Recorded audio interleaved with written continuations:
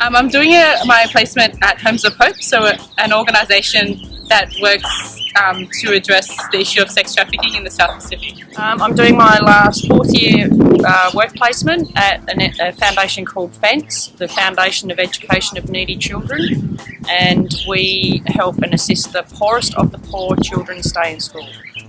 I'm at the FENCE, Foundation for the Education of the Needy Children, which is the Foundation for the Education of Needy Children, and I'm in Lembasa on level. I'm working with a women's advocacy group called FemLink Pacific.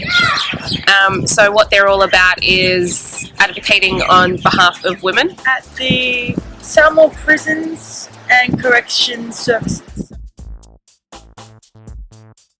A lot of case management on campus.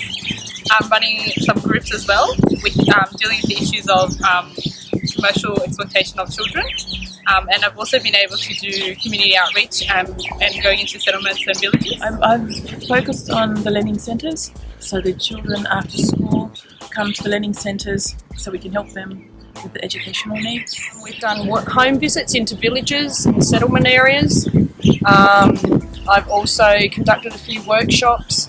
I've attended some areas like the Red Cross on their information days, spreading information to the parents that are there, and just general duties in the office and policies and things. Interviewing women, giving them a voice basically. We then take their responses, what they raised as their issues and their concerns. We then collate this data, put them into reports.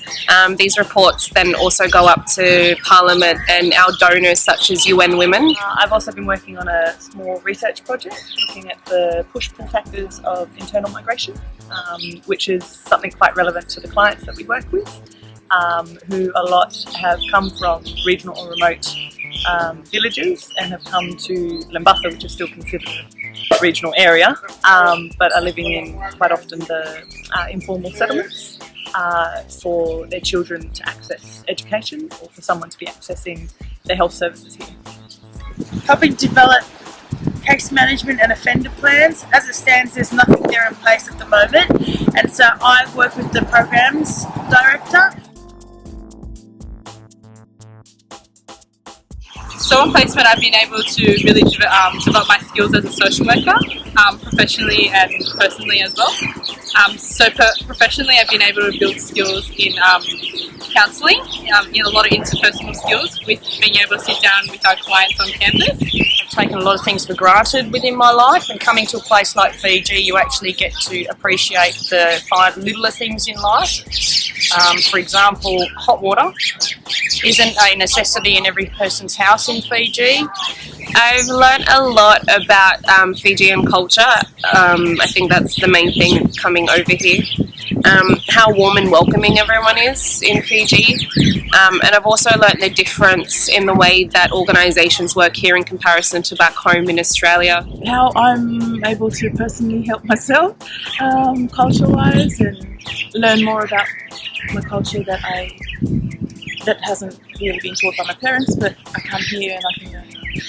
Getting more creative and looking a bit further as to what supports they might have or what skills they might have themselves to better their situation, or what supports they might have from family or a village to help them in that situation.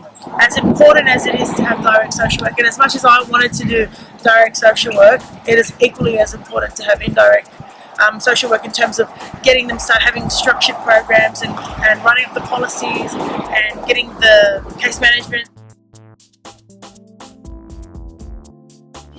So the 4 years of subjects that I've studied so far has really helped me understand social work in practice and how I apply theory while I'm on placement in the South Pacific. If I hadn't have done certain subjects throughout my whole degree, I wouldn't have been prepared for this at all.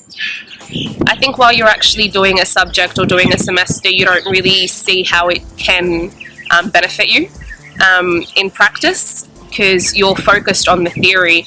And it's not until someone actually asks you the question, how does this theory help you in practice, that you actually start to get all that information come flooding back to you. I needed what I learnt from uni, and in every subject I can say that I've picked from each subject. What I know now is that I'm able to interact with Fijian culture and society, and as well as contribute. It gives you quite a very different experience if you were in Sydney. One of the big factors is also understanding cultural differences in Fiji. So I'd really encourage the next year students to take an opportunity and take a risk. Grab hold of it and do it. It's one of the best experiences I've done in my life, and I am seriously looking forward to coming back and helping in another way later. It's an opportunity that I don't think I would have gotten if I wasn't studying at Western Sydney. You'll find that it's different, different to how Australia would work, the Western side of things. And it's a learning process, I think, for everyone involved, as much as it is for us, but also the people that you would be working with here. You would have to be willing to forego a lot of comforts and be willing to get your hands a bit dirty and not be too squirmish of things. But it is definitely rewarding, a rewarding experience to have, and a fantastic opportunity that I think very few people get.